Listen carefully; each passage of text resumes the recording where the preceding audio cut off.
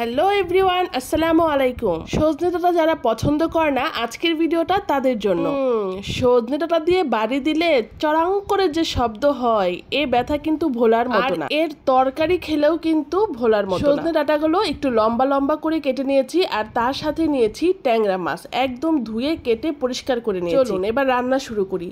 কড়াইয়ে কিছুটা তেল দিয়ে দিচ্ছি, এবার তাতে দিয়ে দিচ্ছি আস্ত জিরা 1 চা চামচ, আর দিয়ে দিচ্ছি ধনিয়া 1 চা চামচ। তেলের সাথে ভালো করে ভাজাভাজি করে এখানে কয়েক টুকরো আদা দিয়ে দিচ্ছি, আর 1 মুঠ পরিমাণ পেঁয়াজ। এরপর দিচ্ছি ধনিয়ার গুঁড়া 1 চা চামচ, আর 1.5 চা চামচ মরিচের গুঁড়ো। একদম মিডিয়াম লো হিটে মশলাটাকে ভালো করে ভেজে, দুইটা টমেটো 4 ভাগ করে কেটে এই মশলার সাথে ভালো করে ভেজে নিচ্ছি। দেখেন আবার পুড়ে যেন না যায়। এবার একটা মিক্সিতে দিয়ে ফাইন করে এটাকে পেস্ট করে নেব। দরকার লাগলে একটু পানি দেওয়া যেতে পারে। এরপরে সেই কড়াইটা ভালো করে ধুয়ে আবার চুলায় বসাই দিলাম। পরিমাণ মতো তেল গরম করে দিয়ে দিলাম 1 চিমটি কালো জিরা আর কয়েকটা কাঁচামরিচ ফোড়ন দিয়ে তরকারি রান্না করে দেখিয়েন কি মজা হয়। এবার অল্প একটু পেঁয়াজ কুচি দিয়ে ভালো করে ভেজে মশলার যে পেস্ট করে রেখেছিলাম সেটা পুরোটাই দিয়ে দিচ্ছি। এই মশলাটাকে কিন্তু এবার ফাইন করে কষাই নিতে হবে। ব্লেন্ডার ধুয়ে পানিটা দিয়ে দিচ্ছি, আর দিয়ে দিচ্ছি পরিমাণ মতো লবণ। এই পর্যায়ে এসে লবণ দিলে কিন্তু মশলাটা তাড়াতাড়ি মজে আসে। এবার ঢেকে ঢেকে কয়েকবার নেড়ে চেড়ে একদম ফাইন করে কষিয়ে নিব, মশলা থেকে তেলটা না ছেড়ে দেওয়ার আগ পর্যন্ত।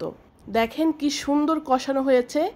এবার আমি গরম পানি দিয়ে দিচ্ছি 2 কাপ পরিমাণ। এরপর ঢাকা দিয়ে বসিয়ে রাখবো পানিটা বলক উঠে না আসার আগ পর্যন্ত। ঝোলটা যখন ফুটে আসবে এ পর্যায়ে এসে কেটে রাখা সজনাগুলো আমি এখানে দিয়ে দিচ্ছি। ঝোলের সাথে সজনাগুলো ভালো করে মিশিয়ে আমি আবার এখানে ঢাকা দিয়ে বসিয়ে রাখলাম। এখন আরো মিডিয়াম লো হিটে রান্না করে নেব 20 মিনিট। 20 মিনিট পর দেখেন সজনে ডাঁটাগুলো কিন্তু একদমই জুসি একটা ভাব আসছে। অবস্থায় আমি উপর থেকে ট্যাংরা মাছগুলো দিয়ে দিচ্ছি। খুন্তি দিয়ে ভালো করে ভিতরে ঢুকিয়ে দিচ্ছি মশলার ভিতরে। উপর থেকে দিয়ে দিচ্ছি বেশ কিছুটা ধনেপাতা। এবার ঢেকে বসিয়ে রাখবো 10 মিনিটের মতো একদম লো হিটে। ব্যাস, মাছের ভিতর আর সজনার ভিতর রস ঢুকে একদম টইটুম্বুর। তরকারির কালারটা শুধু একবার দেখেন। আমি হরপ করে বলতে পারি সজনে ডাঁটার এই তরকারি যে একবার খাবে সে কখনোই ভুলবে না। যে পছন্দ করে না সে বারবার চাইবে এই সজনে ডাঁটার তরকারি খেতে। শুধু ট্যাংরা মাছ না, যেই কোনো ধরনের বড় মাছ দিয়ে ঠিক এইভাবেই কিন্তু সজনে ডাঁটার তরকারিটা রান্না করতে পারবেন। এবার আমার খাবার পালা। আমার আবার সজনে ডাঁটা কিন্তু চুষে চুষে খেতে ভালো লাগে না,